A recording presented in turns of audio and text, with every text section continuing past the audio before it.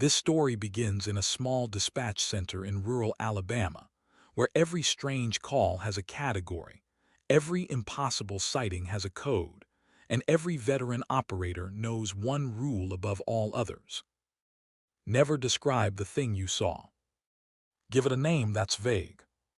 Keep it undefined. Because the moment you try to explain it, it starts becoming exactly what you said.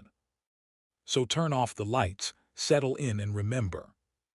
If you ever see something white standing where nothing white should be, don't help it choose.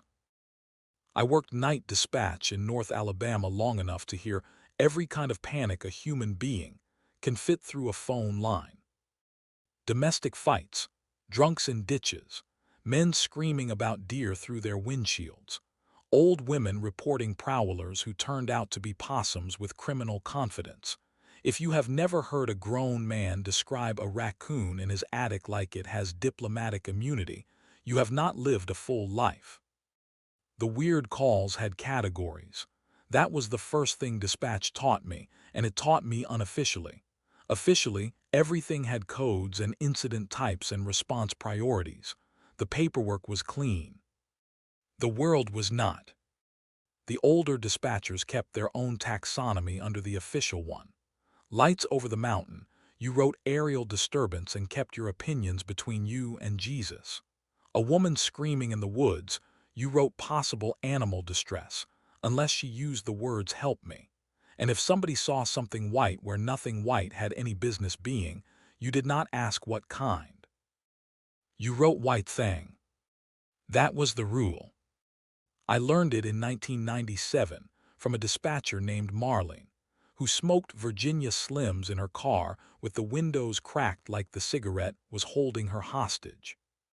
My third week, a man called from a stretch of county road between Walnut Grove and a name I will not say out loud anymore. He said something big and white had crossed in front of his truck. I asked, was it a deer? Marlene rolled her chair over so fast I thought the wheels would catch fire. She muted my headset and said, "Don't feed it choices." I thought she was messing with me. Night people get strange. Your brain starts chewing the walls around 3 in the morning. So I unmuted and asked the caller to describe the animal. That was mistake number 1. He said it was shaped like a dog. Then no, maybe a lion, but walking wrong. Long white hair, a tail with a bush on the end. Bigger than anything in Alabama had a right to be. He kept changing it as he talked, trying answers on like a man pulling shirts off a rack, none of them fitting. Then his voice went flat. He said, "It heard me." The line filled with a sound I still cannot name.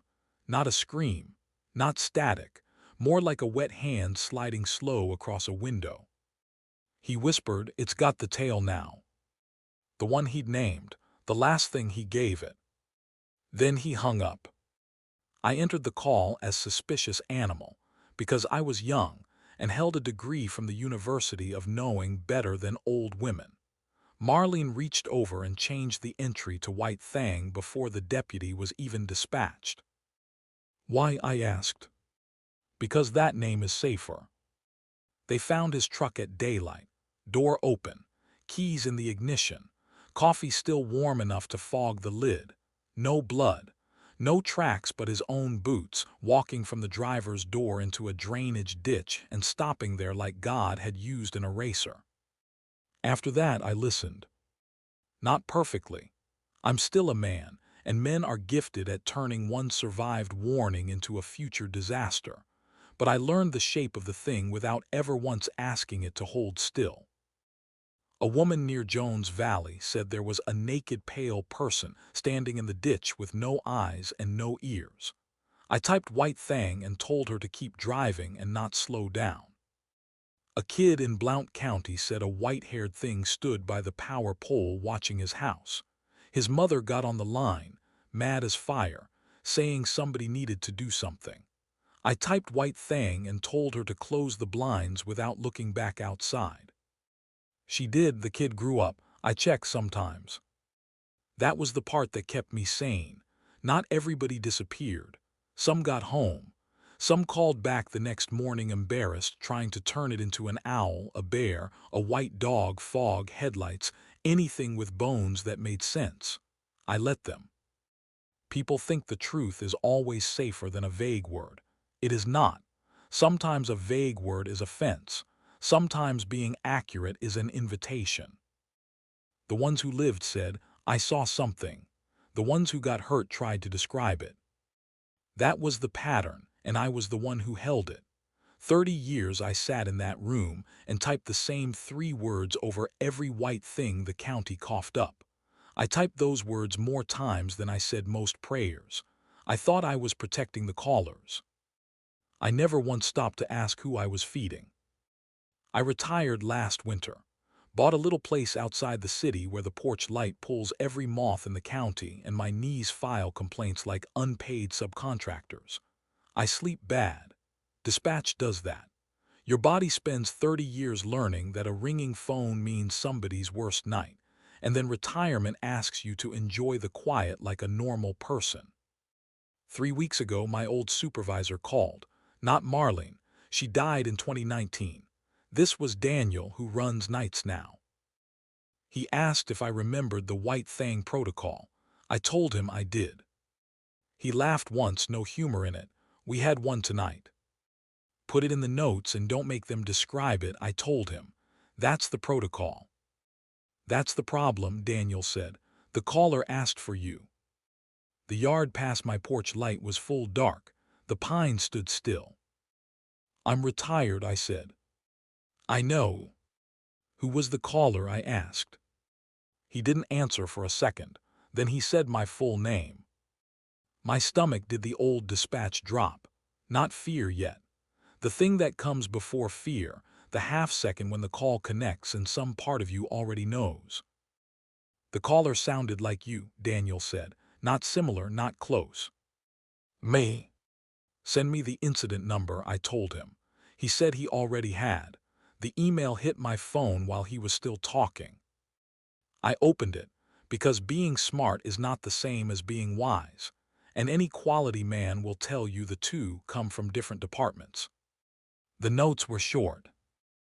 Caller reports white subject at rear tree line. Caller refuses to describe. Caller states name is safer. Caller states retired dispatcher will understand. Caller advises do not let him look out the kitchen window. I was standing in my kitchen. Of course I was. That's where old men stand when the phone scares them. By the sink, one hand on the counter, a coffee mug close by, pretending tile and appliances are a defensive position. I did not look out the window. I need you to hear that. I did not look. The blinds were already down over the sink, cheap vinyl, bent on one side from a fight I had with them after I hung a little shelf and lost, because home improvement is mostly humiliation with screws. Behind the blinds, something tapped the glass, once, then twice. Then it said my name. Not a monster voice, not a demon. It said it the way I say it when I answer an unknown number and want them to know I'm not buying the warranty. My own flat, tired, get-to-the-point voice. I backed into the fridge hard enough to knock a magnet loose. Daniel was still talking. I couldn't hear him over my own pulse. The thing outside said, "Dispatcher." That was worse. Nobody in this life calls me that. My kids say Dad. My neighbors say Sir. Dispatcher belonged to the room I'd left, the room where I had said the name to it over and over for 30 years, until it learned the mouth that said it. The bottom slat bent inward, not enough to see through, enough to show me it had fingers. I got the phone up to my face, put it in as White Thing, I whispered. Already did, Daniel said. The slat bent again, and this time there was skin in the gap. White, smooth, hairless, pressed close to the glass. Do not describe it, Daniel said.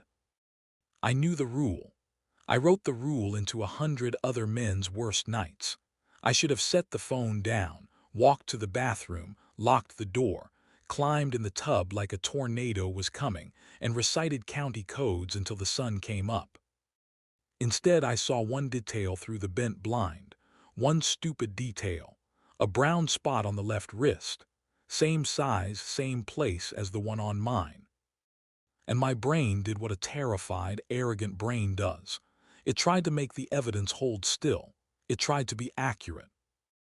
"It looks like me," I said, out loud into the line. The same mistake the man on the county road made in 1997, the night he named the tail. I gave it the choice. I told it which one of us to be. The tapping stopped. Daniel started cussing. Outside the window, in my own flat voice, the white thing laughed. That was 3 weeks ago. Since then, my driver's license photo has gone soft and pale, the face washing out of the plastic. My old work ID turned white from the face out, like somebody dripped bleach inside the laminate. My bathroom mirror still gives me back to me if I don't stare too long, but cameras can't hold me. Last week, the grocery store self-checkout flagged me as item not found. That would have been funny if I hadn't almost cried beside a bag of onions. Every night something walks my tree line. Some nights it has no face. Some nights it is mine, and it's getting better at it. I will not call it a man. I will not call it an animal, a ghost, a cryptid, a spirit, a crawler, a pale person, or anything else your curious internet brain wants to try on it. I fed it for 30 years with the safest word I had, and the safest word is the only thing keeping the last of me on this side of the glass. I call it the white thing. That name is safer. And if you ever see something white in an Alabama ditch, do yourself a favor. Don't describe it, don't help it choose. If you enjoyed tonight's story, leave a like, subscribe, and tell me in the comments. Would you have looked through the blinds? Until next time. And if you're driving a back road late at night and something impossibly white crosses your headlights, keep driving. Don't slow down. And whatever you do, don't help it choose.